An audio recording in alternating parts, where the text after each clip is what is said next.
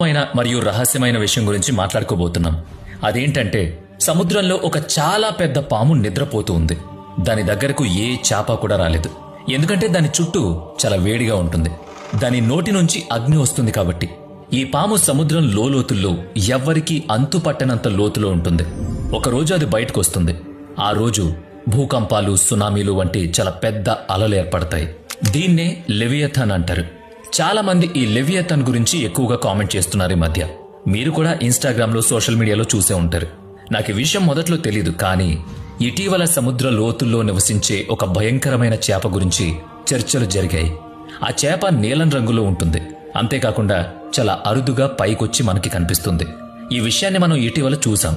ఇవన్నీ కూడా చాలా సంవత్సరాల క్రితం బైబిల్లో, అంతకంటే ముందు యూదుల గ్రంథాల్లో కూడా ప్రస్తావించబడ్డాయట. అందుకే ఈ మధ్య సోషల్ మీడియాలో ఈ సముద్రపు జీవుల గురించి ఎక్కువ చర్చ నడుస్తున్నందున మన వ్యూయర్స్ అందరూ కూడా దీనిపై ఒక లోతైన విశ్లేషణ చేయమన్నారు. అందుకే ఈ వీడియో మీ అందరి కోసం.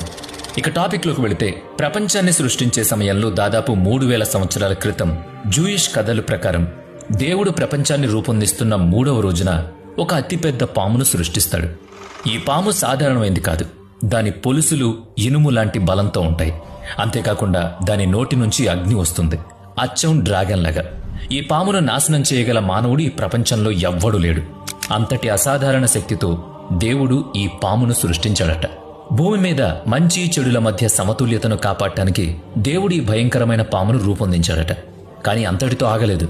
జూయిష్ పురాణం ప్రకారం ఆయన 2 అలాంటి పాములను సృష్టించాడు. ఈ 2 పాములను సృష్టించిన తర్వాత దేవుడే వాటి భయంకరమైన శక్తిని గమనించాడు. ఇలాంటిది ఒకటి ఉంటేనే ప్రమాదం, కానీ ఇలా 2 ఉంటే ఈ భూమిపై ఎవ్వరూ బ్రతకరు అని అర్థం చేసుకున్నాడు. దీంతో ఆ జూయిష్ పురాణాల ప్రకారం దేవుడు సృష్టించిన 2 భయంకరమైన పాముల్లో ఒకదాన్ని నాశనం చేసేశాడు. అయితే ఆడపామును నాశనం చేసిన తర్వాత మిగిలిన ఒకే ఒక్క అతిపెద్ద పాము ఇప్పటికీ జీవించే ఉంది. ఈ పాము పేరు లెవియథాన్. ఇది సముద్రం లోతుల్లో అత్యంత చీకటిగా ఉండే ప్రదేశాల్లో నివసిస్తోంది. అంటే సముద్రం యొక్క అత్యంత అట్టడుగు భాగంలో. ప్రపంచం ముగిసే కాలంలో ఈ లెవియథాన్ పాము సముద్రం నుంచి బయటకొస్తుంది. అది బయటకొచ్చినప్పుడు దాని నోటి నుంచి అగ్ని జ్వాలలు వస్తూ ఉంటాయి. ఈ పాము అంతా రక్తంతో కప్పబడి ఉంటుంది, అంటే ఎర్రగా. దాని పరిమాణం కూడా అత్యంత భారీగా ఉంటుంది. కొందరు దీని పొడవు సుమారుగా 400 కిలోమీటర్లు ఉంటుందని చెబుతారు. అంటే వైజాగ్ నుంచి విజయవాడ వరకు అన్నమాట. ఈ పాము గనక తన తోకను కదిలిస్తే భూమి మీద భూకంపాలొస్తాయి. అంతేకాకుండా అది సముద్రం నుంచి బయటకు వచ్చే సమయంలో ప్రపంచం ఒక భయంకరమైన కాలంలో ఉంటుంది. ఆ కాలంలో అమ్మలు తమ పిల్లలను అమ్మేటంత విపత్కర పరిస్థితుల్లో ఉంటారు.